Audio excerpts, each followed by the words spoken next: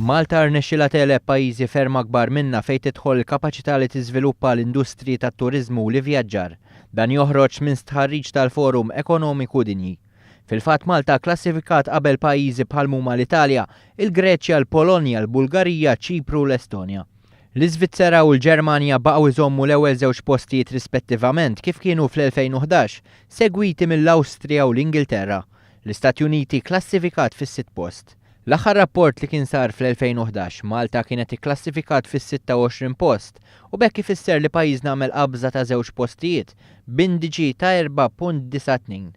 Gavin Gulija, ċermen tal-Assoċjazzjoni tat-Turiżmu f'Malta, jgħid li dawn ir-riżultati ma ġewx b'kombinazzjoni. Ir-riżultati ċertament ma jaqgħux mismewwiet imma huma il-frott ta' ħidma kbira illi għamlet l-Awtorità Maltija tat-Turiżmu flimkien ma' l-stakeholders. Jgħid li żieda fl-aċċessibilità lejn Malta hija parti mis-suċċess. Dan ħdibna bis-sieħ matul din is-sena sabiex inżidu ir-rotot u sabiex inżidu n-numru ta' linji tal-ajru li jtiru lejn pajjiżna.